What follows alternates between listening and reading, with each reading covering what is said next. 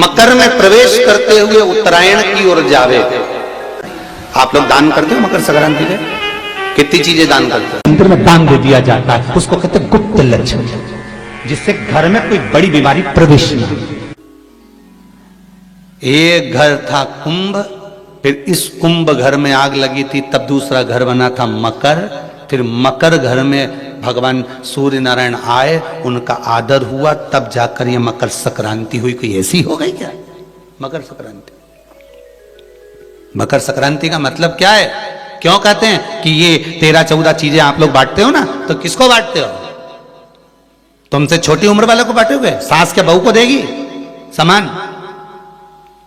सास बहू को देती है क्या सामान? नहीं। बहू किसको देती है? सास को। बहू किसको देती है? जेठानी को। बहू सामान किसको देती है? ननंद को। बहू सामान किसको देती है? कोई मोहल्ले में कोई बड़ी उम्र की कोई बहुएं हो, बड़ी उम्र के जो लोग हों, सौभाग्यवती नारी हो, उसको ये 13-14 चीजें दी जाती है। जो भी आप बांटते हो, टीकी का पत्ता हो, सिंदूर की डिब्बी हो, मेहंदी हो, कोण हो, जो भी आप बांट रहे हो, लाली भी बांट देते कई कई, तो उनका क्या है? तो ये जो चीज आप लोग बांटते हो, ये किसको देते हो? आप लोग किसको प्रदान करते हो? छोटे को नहीं, घर से बड़े को, जो आपके अवस्था से बड़े हैं, जो आपसे बड़े हैं, आप उनको दे रहे। क्यों देते हैं बड़ों को? ये यहां आदर का भाव दिखाया गया, यहां आदर दिखाया गया कि यहां कुंभ में शनि महाराज अपने घर में रह रहे थे, सूर्य नारायण भगवान का आगमन हुआ, आज बेटे से मिलने का भाव जागृत हुआ और कुंभ में प्रवेश कर गए। जैसे ही घर में प्रवेश करे, अब घर में प्रवेश करे तो आदर का भाव होना चाहिए था महाराज, आदर का भाव प्रकट होना चाहिए था। अभी कथा में कहा था, कोई घर का बड़ा आए, बुजुर्ग आए, आदरणीय आए, सम्माननीय आए, आपके पास में कितनी भी दौलत हो, कितनी भी संपदा हो, कितना भी धन हो, कितना भी वैभव हो, आप कितनी भी अच्छी कंपनी में जॉब कर रहे हो, आप कितनी भी अच्छी जगह पर पोस्ट पर बैठे हुए हो, आप कितनी भी अच्छी नौकरी कर रहे हो, चाहे आपके पास में बड़े से बड़ा पद क्यों ना हो, पर आपके भीतर बड़ों के पीछे, बड़ों के प्रति सम्मान भाव उत्पन्न होना चाहिए। सम्मान का भाव, एक आदर का भाव। आज सम्मान का भाव प्रकट करिए, आदर का भाव प्रकट करिए।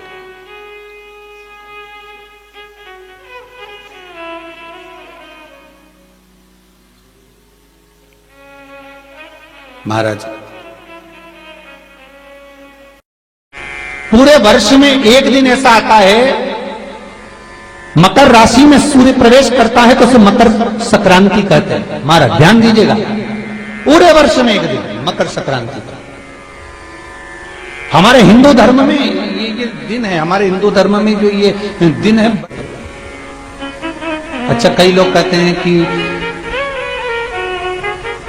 सूर्य के उत्तरायण का क्रम है, ये क्रम है, ये पूजन का क्रम है, तिल्ली के लड्डू का क्रम है, लड्डू बना लो तिल्ली का, इसका क्रम है। पर अगर स्कंद पुराण उठाओ तो स्कंद पुराण में अगर मकर संक्रांति के क्रम को यदि पढ़ोगे तो मालूम पड़ेगा कि पूरे वर्ष में एक दिन ऐसा था जिस दिन भगवान शिव और नारायण, ये दोनों, इसलिए आज भी हिंदू धर्म में गुड़ के लड्डू तिल्ली के साथ मिलाते हैं। क्यों? उसका कारण कि शंकर और नारायण ये दोनों एक ही दिन, एक ही पल गंगा का स्नान करने के लिए आए, एक ही। भगवान शिव, देखिए कितना कितना हमारे हिंदू धर्म में एक एक तिथि का, एक एक बार का एक एक महत्व है, उसको समझिए।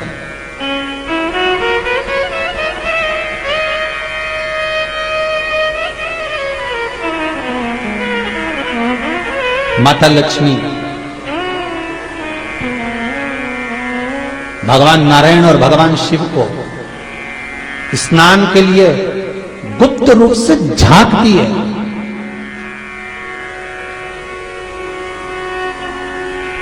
तो भगवान विष्णु ने तिरछी दृष्टि में माता लक्ष्मी को देखा, तिरछी दृष्टि। तो माता लक्ष्मी को देखकर भगवान विष्णु शिव जी को देखे तो शंकर भगवान ने कहा, नारायण हमने देख लिया महारानी लक्ष्मी झांक रही है। हमने वर दे दिया है कि लक्ष्मी का एक नाम गुप्त लक्ष्मी रहेगा, ये छुपी रहेगी। और आज मकर संक्रांति के दिन नारायण और शिव का दर्शन इस लक्ष्मी ने करा है। पर जो गुप्त लक्ष्मी का दान दे देगा उसके घर में कभी कोई बड़ी बीमारी प्रवेश नहीं करेगी। कैंसर जैसा रोग, किडनी और लीवर का रोग नहीं हो सकता। आज भी नियम है कि मकर संक्रांति के दिन एक लड्डू बनाया जाता है गुड़ और तिल्ली का, उसमें 1 का सिक्का, 2 का सिक्का या कोई लक्ष्मी उसमें फंसा दी जाती है और लड्डू को पैक कर कर किसी मंदिर में दान दे दिया जाता है। उसको कहते हैं गुप्त लक्ष्मी, जिससे घर में कोई बड़ी बीमारी प्रवेश नहीं हो। वो केवल मकर संक्रांति को ही होता है। मकर संक्रांति का जो दिवस है वो कोई साधारण नहीं। आप लोग दान करते हो मकर संक्रांति पे? कितनी चीजें दान करते हो?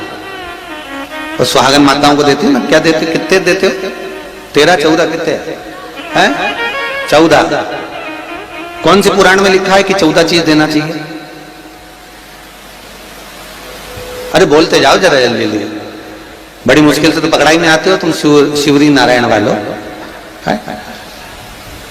14 चीजें दान देना है।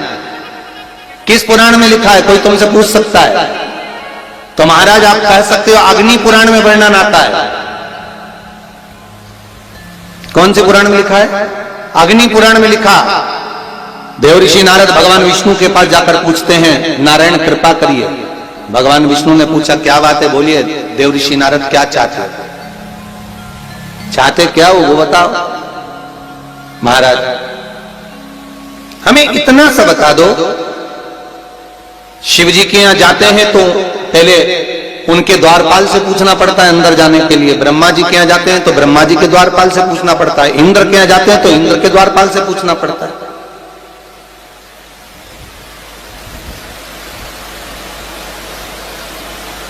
हम जितनी भी जगह जाते हैं तो कोई ना कोई द्वारपाल से हमें पूछना पड़ता है अंदर जाने के लिए। भगवान देवऋषि नारद कह रहे हैं नारायण से कुछ ऐसी कृपा कर दो कि हमें किसी से आज्ञा लेना ही नहीं पड़े। भगवान विष्णु तो उनकी बात को बस थोड़ा सा सुने और अंदर चले गए। नारद जी को लगा हमारा तो कोई जवाब ही नहीं दिया। नारद जी वहीं पर टिक गए, खड़े रहे, नाम जाप करते। विष्णु वापिस आए और देवऋषि नारद से कहा एक काम करो, जब सूर्य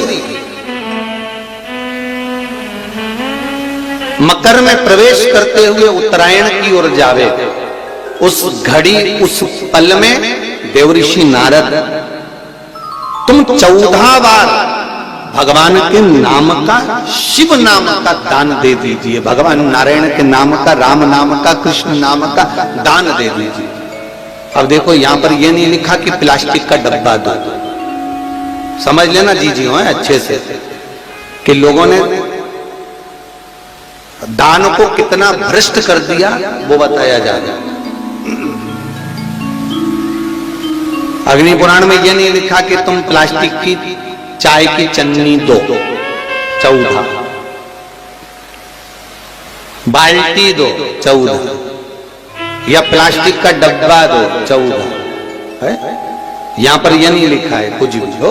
यहां क्या लिखा अग्नि पुराण में कि मकर संक्रांति के दिन जब सूर्य उत्तरायण भाव में प्रवेश करे, मकर में जावे, उस समय पर देवऋषि नारद तुम्हारे मुख से अगर 14 बार भगवान के नाम का दान 14 जीवों को दे आओगे तो किसी भी देवता के पास जाओगे, तुम्हें परमिशन की जरूरत नहीं पड़ेगी, तुम डायरेक्ट प्रवेश कर जाओगे। डायरेक्ट।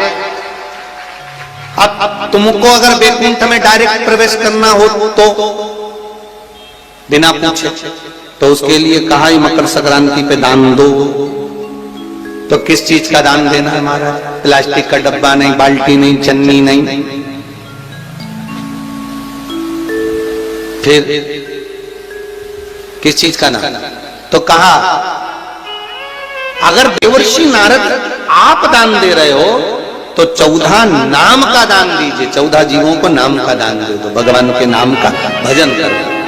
और अगर संसार के लोग दान दे तो किस चीज का? तो कि अन्न से बड़ा कोई दान, अन्न से बड़ा कोई दान